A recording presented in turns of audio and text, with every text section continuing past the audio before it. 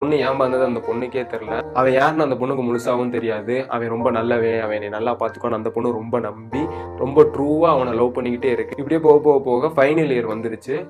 கிட்டத்தட்ட அவங்க ரொம்ப நாளா லவ் பண்ணிக்கிட்டே இருந்திருக்காங்க. அந்த பொண்ணு பார்த்தீங்கன்னா, நம்ம வீட்ல சொல்லிடலாம், நம்ம கல்யாணம் பண்ணிக்கலாம் அப்படின்னு சொல்றப்போ, இன்னும் கொஞ்ச நாள் வெயிட் பண்ணு, நான் ஒரு நல்ல ஜாப் வாங்கிக்கிறேன் அப்படின்னு இந்த பையன் சொல்லிக்கிட்டே இருக்கான்.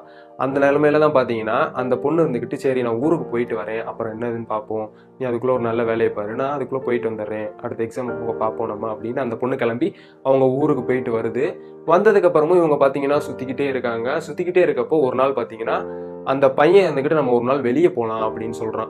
அப்ப அந்த பொண்ணு இருந்துகிட்டு, சரி நம்ம லவ்வர் தானேண்ணா, அவன் நம்மளை பார்த்துப்பான் அப்படின்ற ஒரு தைரியத்துல அவங்க வெளிய போறாங்க. அவங்க வெளிய போறாங்க. வெளிய போறாங்கன்னா எங்க போறாங்கன்னா, அவன் பைக்ல அந்த பொண்ண கூட்டு போறான். ரொம்ப தூரமா போறான். எப்படின்னா ஒரு ஃபாரஸ்ட் ஏரியா அந்த மாரி உள்ள போய்க்கிட்டே இருக்காங்க. அப்படியே போய்க்கிட்டே இருப்ப அவன் தனியா தான் போறான் அப்படின்னு நினைச்சுக்கிச்சு. அவன் அவங்க ஒரு பெரிய இடத்துக்கு கூட்டு போறான். அங்க போனீங்கன்னா